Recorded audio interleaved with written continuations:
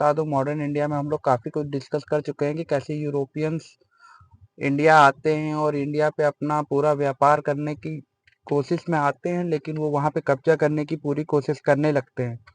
लेकिन फिर धीरे धीरे परिस्थितियां बदलती हैं, एक के आने के बाद से कई आने लगते हैं। ठीक है, जैसे कि पहले पुर्तगाली आते हैं, उसके बाद डच आते हैं, फिर ब्रिटिशर्स आते हैं, है ना। फिर उसके बाद डेनिस आने लगते हैं, फिर लास्ट में फ्रेंच आते हैं। तो इन लोग में फिर जाहिर सी बात है, जब एक अनार होगा और उसको कई लोग लेने की कोशिश करेंगे तो अनार का रेट बढ़ेगा। और जब अनार का रेट बढ़ेगा, तो अनार का जब रेट बढ़ेगा तो जाहिर सी बात है वो आपस में लड़ेंगे, क्योंकि जब वो महंगा खरीदेंगे और यहाँ ले जाकर बेचेंगे तो उनको कम प्रॉफिट होगा। और उनको क्या चाहिए, उनको ज्यादा से ज्यादा प्रॉफिट चाहिए। उनको क्या चाहिए गाइस, उनको ज्यादा से ज्यादा प्रॉफिट चाहिए। इस वजह से वो क्या करेंगे, आपस में राइवलरी होगी। ठीक है, और वो आपस में युद्ध करेंगे एक दूसरे से, और कोई एक ऐसा होगा जो विजेता होगा, जो आने वाले 200 साल तक राज करेगा। ठीक है, तो सबको पता है कि आने वाले समय में ब्रिटिशर्स ही राज करेंगे। ठीक है, आने वाले समय पे ब्रिटिशर्स ही राज करने वाले हैं। लेकिन उनके बीच में देखिए, हम लोग काफी कुछ डिस्कस कर चुके हैं। हम लोग पोर्टुगीज का पूरा मैटर डिस्कस कर चुके हैं, हम लोग डचेस का मैटर डिस्कस कर चुके हैं। ठीक है, हम लोग ब्रिटिशर्स का भी काफी मैटर डिस्कस कर चुके हैं, डेनिस का भी कर चुके हैं, लेकिन ब्रिटिशर्स अभी काफी कुछ बचा हुआ है। हमने फ्रांस का शुरू कर दिया था, इनकी एंट्री कैसे होती है, फिर इनके और ब्रिटिशर्स के बीच में क्या राइवलरी होती है। ठीक है, तो हर चीज डिस्कस हो चुका है। लेकिन अभी फ्रेंच जो है इंडिया में बने हुए हैं। ठीक है, वो साउथ इंडिया में काफी मजबूत हो चुके हैं, और ब्रिटिशर्स को उसका डर हो गया है। ठीक है, कि साउथ इंडिया में जो है फ्रेंच अपना फ्लैग जो है बनाते जा रहा है, उनका साउथ इंडिया में कब्जा बढ़ते जा रहा है, इस वजह से ब्रिटिशर्स को खतरा है। ठीक है, तो ब्रिटिशर्स, आपको पता है कि फर्स्ट कर्नाटिक वार हम लोग पढ़ चुके हैं, जिसमें जो है फ्रेंच पूरी तरीके से जीत गए थे और ब्रिटिशर्स बुरी तरह हार गए थे। ठीक है, तो अब ब्रिटिशर्स क्या करेंगे, अब ब्रिटिशर्स पूरी तरह से कोशिश करेंगे कि वो फ्रेंच को साउथ इंडिया से हटा दें। ठीक है, तो चलिए शुरू करते हैं सेकेंड कार्नाटिक वॉर, जो कि बहुत ही मतलब कि थोड़ा सा इसमें लोग कंफ्यूजन में रहते हैं, क्योंकि यहाँ पे दो दो इलाकों की बात होती है, या कह सकते हैं दो किंगडम्स की बात होती है, जिसमें एक होता है हैदराबाद। ठीक है, दूसरा होता है कर्नाटिक रीजन, मतलब कि आज का मद्रास वाला रीजन। ठीक है, इससे पहले वाला जो कर्नाटिक वार हुआ था उसमें हम लोग पढ़ चुके थे कि अनवरुद्दीन था।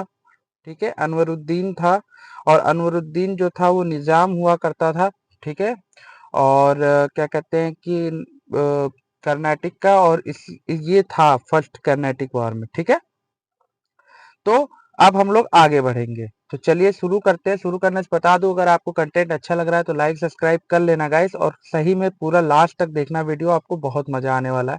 ठीक है, बहुत मतलब कि ये थोड़ा सा घुमावदार होता है, इसमें दो रीजन से काफी लोग होते हैं तो थोड़ा सा कंफ्यूजन होता है, लेकिन मैं बहुत ईजी तरीके से आपको समझाने की कोशिश करने वाला हूँ। ठीक है, चलिए आगे बढ़ते हैं। तो देखिए, अब यहाँ पे कहानी कैसे शुरू होती है, कि पहले कहानी शुरू होती है हैदराबाद से। ठीक है, तो ये आपका हैदराबाद है। ठीक है, हैदराबाद का एक निजाम हुआ करता था जिसका नाम था आसफ जहां फर्स्ट। ठीक है, आसफ जहां फर्स्ट, इसकी क्या होती है, डेथ हो जाती है। कब हो जाती है, 1748 में। ठीक है, अब जब इसकी डेथ हो जाती है तो इसके दो कंटेस्टेंट निकल के आते हैं, कंटेस्टेंट ए, कंटेस्टेंट बी। अब जो पहला प्लेयर है, मतलब इनको प्लेयर कंटेस्टेंट छोड़ के प्लेयर बना ली, समझ लीजिए प्लेयर ए प्लेयर बी। ठीक है, और अब यहाँ पे युद्ध होने वाला है, मतलब कि एक गेम होने वाला है, और गेम जो जीतेगा वही जो है बनेगा क्या, गद्दी का हकदार। ठीक है, तो जो पहला प्लेयर है वो कौन है, पहला प्लेयर है उनकी लड़की, मतलब किसकी, आसफ जहां की जो लड़की है, आसफ जहां की लड़की, उनका लड़का, मतलब इनका ग्रैंडसन। ठीक है, दूसरा जो प्लेयर है प्लेयर बी, वो कौन है, वो है नासिर जंग, मतलब इनका ओरिजिनल लड़का। ठीक है, तो इन दोनों के बीच में मैटर होने वाला है। ठीक है, अब इन दोनों के बीच में लड़ाई होगी, और जो मतलब कि रिजल्ट आएगा वही कौन बनेगा, क्या बनेगा, वही निजाम बनेगा, कहाँ का, हैदराबाद का। ठीक है, तो लेकिन ये जो हैदराबाद रीजन है, ठीक है, इसके जस्ट बगल में कर्नाटिक रीजन, आपको पता है साउथ इंडिया में यहाँ पे कहीं हैदराबाद है, और यहाँ पे हुआ करता था क्या, कर्नाटिक रीजन। तो कर्नाटिक रीजन का जो यहाँ पे नवाब बैठा हुआ है उसका नाम है अनवरुद्दीन। ठीक है, उसको खुजली हो जाती है, भैया देखो वो ये मतलब दिमाग लगाता है, वो सोचता है यार अगर बगल का जो रीजन है ठीक है। बगल का जो एम्पायर है, किंगडम है, अगर मैंने वहां के राजा को सपोर्ट कर दिया, वहां के मतलब मेरे द्वारा सपोर्ट किया हुआ कंटेस्टेंट जो है अगर निजाम बन जाता है, तो हमारा ये साउथ का इलाका मजबूत हो जाएगा। मतलब अगर बाहरी कोई आता है हमला करने के लिए, तो वो मेरे लिए सेफ पॉइंट हो जाएगा, वो मेरा साथ देगा। ठीक है। तो उसने दोस्ती का हाथ बढ़ाया किसकी तरफ? उसने दोस्ती का हाथ बढ़ाया नासिर जंग को। ठीक है। जो कि कौन था? आसफ जहाँ का, आसफ जहाँ फर्स्ट का जो था वो सन हुआ करता था। ठीक है। तो जाहिर सी बात है, इससे पहले वाले जो कर्नाटिक वॉर फर्स्ट था, उसमें अनवरुद्दीन ने पंगा ले लिया था किससे? अनवरुद्दीन ने ब्रिटिशर्स का साथ लिया था और पंगा ले लिया था किससे? पुर्तगीज से, अरे ये फ्रेंच से। ठीक है। तो फ्रेंच इनको ताड़े बैठे हुए थे, तो जाहिर सी बात है अगर नासिर जंग का साथ देंगे अनवरुद्दीन, ठीक है, तो मुजफ्फर जंग का साथ कौन देगा? फ्रेंच देंगे। ठीक है। इसके बाद जो होता है, इसके बाद होता है बैटल ऑफ अंबुर। ठीक है। बैटल ऑफ अंबुर होता है, और बैटल ऑफ अंबुर में टीम ए और टीम बी आमने सामने होती है। टीम ए में कौन कौन है? तो टीम ए में है मुजफ्फर जंग, ठीक है, मतलब कि आसफ जहाँ का ग्रैंडसन, और फ्रेंच आर्मी। ठीक है। टीम बी में कौन है? नासिर जंग, ठीक है, नासिर जंग, और कौन है? अनवरुद्दीन है। ठीक है। तो ये दो टीम ए और टीम बी आपस में राइवलरी होती है, इन दोनों में युद्ध होता है। ठीक है। जीतता कौन है? टीम बी का कहना मतलब जो ये फर्जी में घुसे हुए थे कि मैं सपोर्ट कर लूंगा, ये इनको उल्टा पड़ जाता है, अनुरुद्दीन की डेथ हो जाती है। ठीक है। और यहाँ पे टीम बी हार जाती है। मतलब कि फ्रेंच वाली जो टीम थी, कौन? मुजफ्फर जंग वाली जो टीम थी, मतलब कि आसफ जहाँ का जो ग्रैंड सन था, वो जो है जीत जाता है फ्रेंच आर्मी की, और वो हैदराबाद का क्या बन जाता है? निजाम। नासिर जंग अपनी जान बचाता है और भाग के जाके कहीं पे छिप जाता है। ठीक। कहाँ पे? दक्कन के इलाके में। दक्कन के इलाके में कहीं पे वो जाके छिप जाता है। ठीक है। फिर यहाँ पे चलिए, ये मैटर तो हो गया, बैटल ऑफ अंबुर जो है 1749 में खत्म हो गया। ठीक है। लेकिन अब नया मैटर शुरू होता है क्या? देखिए, हैदराबाद की लड़ाई तो खत्म हो गई। ठीक है। हैदराबाद की जो लड़ाई है वो तो खत्म हो गई, लेकिन अब लड़ाई शुरू होगी कर्नाटक रीजन में। ठीक है। क्योंकि अनवरुद्दीन खत्म हो गया। अब देखिए, अनवरुद्दीन, अब यहाँ भी दो टीम बनेगी, टीम ए टीम बी, और प्लेयर्स भी अलग अलग होंगे। ठीक है। तो यहाँ के जरा प्लेयर्स को समझ लेते हैं। देखिए, जो अनवरुद्दीन है, ठीक है, उनका जो लड़का है, ठीक है, उसका नाम है मोहम्मद अली। ठीक है। उसका क्या नाम है गाइस? मोहम्मद अली। ठीक है। और कर्नाटिक रीजन के ही एक पुराने जो है नवाब हुआ करते थे, उनका नाम था दोस्त अली खान। ठीक है। दोस्त अली खान, और दोस्त अली खान जो थे उनका भी एक लड़का है, उसका नाम है चांद साहिब। ठीक है। तो दो प्लेयर्स यहाँ पे डिसाइड हो जाते हैं। ठीक है। टीम ए टीम बी। टीम ए में कौन है? मोहम्मद अली। ठीक है। और दूसरी तरफ है चांद साहिब। ठीक है। अब देखिए क्या सीन होता है यहाँ पे। यहाँ पे चांदा साहिब है और मोहम्मद अली, तो चंदा साहिब की साइड से आ जाती है फ्रेंच आर्मी। ठीक है। और ये फ्रेंच आर्मी इस समय साउथ में इधर इलाके में बहुत ज्यादा पावरफुल हो रखी है। ठीक है। क्योंकि यहाँ पे ड्यूप्ले भाई हैं। ठीक है। और ड्यूप्ले आपको पहले से ही पता है, जब से इसने इंडिया में एंट्री करी है, इसने 2-3 वॉर एकदम लगा के किए हैं, और इसने जिताया भी है भाई साहब। ब्रिटिशर्स की नाक पे इसने दम कर रखा है बुरी तरीके से। ठीक है। तो फिर क्या होता है, ये लोग तुरंत अटैक कर देते हैं इनके ऊपर। ठीक है। हालांकि मोहम्मद अली जो है इस समय अकेले हैं। ठीक है। बाद में ब्रिटिशर्स इनका साथ देंगे, लेकिन अभी ब्रिटिशर्स यहाँ बैठे हुए हैं ऊपर प्लासी के इलाके में, बंगाल में। ठीक है। वो अभी ये सब सीन देख रहे हैं कि भाई क्या चल रहा है साउथ में। ठीक है। तो फिर क्या होता है कि ये लोग तुरंत हमला कर देते हैं, और ये मोहम्मद अली को अपनी जान बचा के भागनी पड़ती है, क्योंकि इनकी जो सेना होती है छोटी होती है, और फ्रेंच आर्मी यहाँ पे पावरफुल है। ठीक है। फिर क्या होता है भाई, ये चांद साहिब जो है हमला कर देते हैं, इससे बच के जो है मोहम्मद अली भाग जाते हैं त्रिची में। ठीक है। त्रिची का इलाका मोहम्मद अली जो क्या कहते हैं कि मोहम्मद अली त्रिची के इलाके में इनका एक किला हुआ करता है, तो उसमें जाके छिप जाते हैं। ठीक है। लेकिन त्रिची का जो इलाका है, ठीक है, ट्रिची जैसे ये ट्रिची है, ट्रिची में एक यहाँ पे किला है, लेकिन ट्रिची का जो इलाका है वो तो अब अंदर में आ गया चांद साहिब के। लेकिन जो किला है, किला ये जो बीच वाला किला है, इस पे अभी कब्जा नहीं कर पाए हैं। कौन? चांद साहिब। ठीक है। लेकिन उसी समय जो है, ठीक है, उसी समय जो है यहाँ ब्रिटिशर्स को लगता है, अरे भाई ये साउथ में तो फ्रेंच आर्मी बहुत ज़्यादा पावरफुल हो रही है, ऐसा ना हो कि हमारे हाथ से पूरा साउथ इंडिया निकल जाए और हम लोग यहाँ ऊपर बंगाल के इलाके में ही बैठे रह जाए। ठीक है, तो इसी बीच क्या होता है, फ्रेंच आर्मी को थोड़ा सा इसका पता चल जाता है। किसका पता चल जाता है?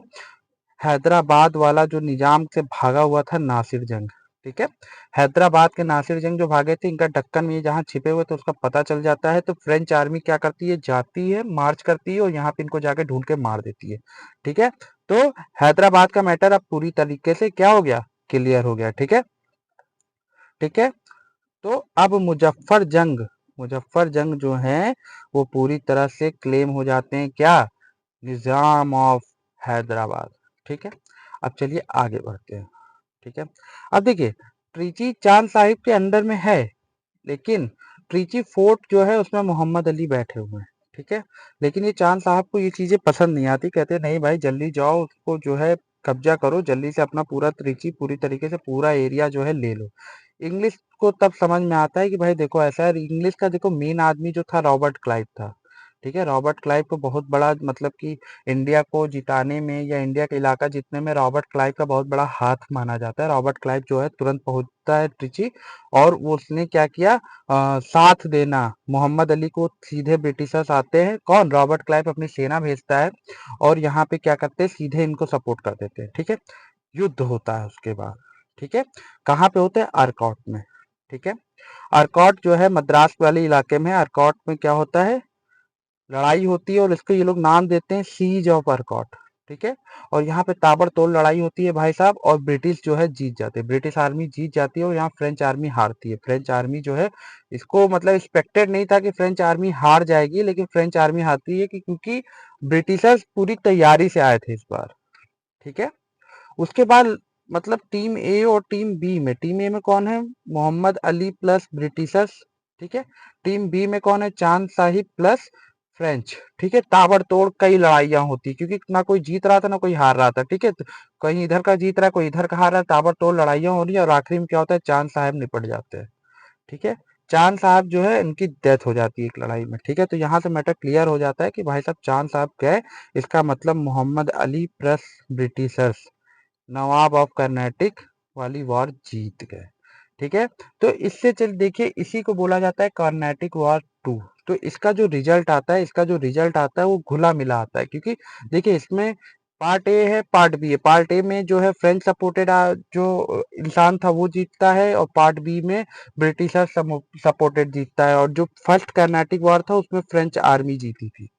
ठीक है, तो अभी मतलब डिसाइड नहीं हुआ है पूरी तरीके से कौन जीतेगा कौन हारेगा। ठीक है, या मैच ड्रॉ हो जाएगा कर्नाटिक वॉर में, ये अभी आने वाले थर्ड कर्नाटिक वॉर में पूरी तरीके से पता चलेगा। हालांकि ये दोनों लोग जीत चुके हैं। ठीक है, अब क्या हो, किसी भी युद्ध के खत्म होने के बाद क्या होता है, संधि होती है। ठीक है, क्या होती है, संधि होती है। तो अब हम लोग संधि की तरफ बढ़ेंगे। तो अब भाई होगा ट्रीटी ऑफ पौंडीचेरी। देखिए, एक कंफ्यूजन ये हो जाता है कि सबको पता है कि ड्यूप्ले था फ्रेंच आर्मी की तरफ से। ठीक है, तो ड्यूप्ले ने ही की होगी ट्रीटी ऑफ पौंडीचेरी, बट ऐसा नहीं है। ट्रीटी ऑफ पौंडीचेरी की जो पहली मांग ही थी कि वो थी कि ड्यूप्ले को वापस भेजो फ्रांस। ठीक है, क्योंकि ब्रिटिशर्स को अगर किसी से डर लगा है इतिहास में तो वो लगा है ड्यूप्लेस से। ठीक है, तो क्या होता है, ड्यूप्लेस वापस चला जाता है, उसकी जगह जो नया फ्रेंच गवर्नर बन के आता है उसका नाम होता है चार्ल्स रॉबर्ट गोदेहू। ठीक है, चार्ल्स रॉबर्ट गोदेहू। ठीक है, और गोदेहू से ये लोग कहते हैं कि भाई देखो ड्यूप्लेस को वापस भेज दिया, ठीक है, हम लोग लड़ाई नहीं चाहते, हम लोग को सिंपल क्या करना है, ट्रेड करना है बस। ठीक है, तो उसके बाद साइन होती है ट्रीटी ऑफ पौंडीचेरी, और रिजल्ट आपको पता है कि क्या होता है, रिजल्ट आपको पता है, मुजफ्फर जंग जो है हैदराबाद का निजाम बनता है, फ्रेंच की सपोर्टेड था, मोहम्मद अली नवाब ऑफ कर्नाटिक बनता है, ब्रिटिशर्स का सपोर्टेड था, ड्यूप्लेस वापस चला जाता है, गोदेहू आ जाते हैं, और यही था ट्रीटी ऑफ पौंडीचेरी 1754। होप आपको पूरी तरीके से समझ में आ गया होगा। ठीक है, अगर आपने वीडियो पूरी देख ली है तो लाइक कमेंट कर देना, जो ना समझ में आया उसमें भी बता देना, जो अच्छा लगा हो वो भी बता देना। ठीक है गाइस, और लाइक और क्या कहते हैं कि आप सब्सक्राइब तो कर ही लेना यार। ठीक है, चलिए ठीक है, थैंक यू, बाय बाय।